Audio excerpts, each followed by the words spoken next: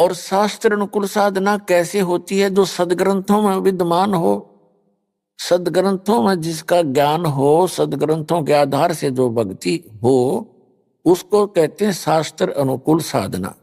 और सदग्रंथ कौन कौन से हैं? वर्तमान के अंदर जो सदग्रंथ हैं, पवित्र चारों वेद, पवित्र श्रीमद् भगवद गीता, ये तो हैं गॉड गिवन ग्रंथ।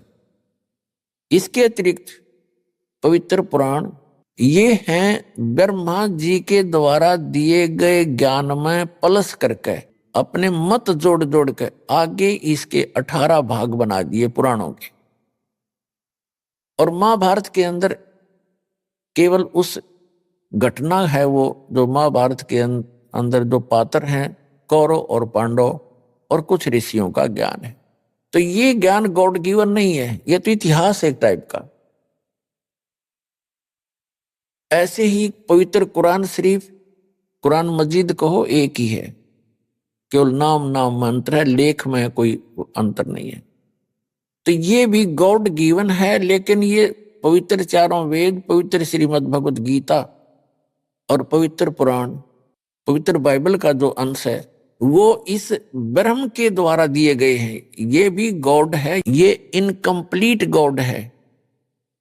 जैसे भारत का जो राष्ट्रपति हैं और प्रधानमंत्री हैं, ये कंप्लीट साहब हैं, हमारे साहब हैं। वैसे तो गृह मंत्री सेंटर का वो भी साहब है, और मुख्यमंत्री स्टेट का वो भी साहब है, एक मंत्री गृह मंत्री स्टेट का, प्रांत का, वो भी साहब है, एक कमिश्नर भी साहब है, एक डीसी भी साहब कहलाता है, एक एसडीएम भी साहब कहलाता है, तहसीलदार भी साहब ही कहलाता है।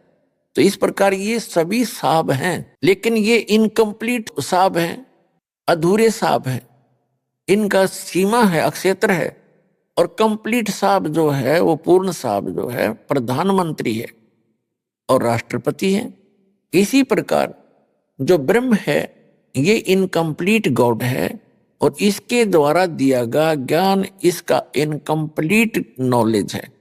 लेकिन जितना है वेद और गीता वो सही है। जो कुरान है उस सत्र का ज्ञान वो सही है, लेकिन उसमें ना पवित्र गीता में, ना पवित्र वेदों में, ना पवित्र कुरान शरीफ में, ना पवित्र बाइबल में उस पूर्ण परमात्मा की पूर्ण जानकारी नहीं है। उसके लिए ऑप्शन छोड़ रखा है।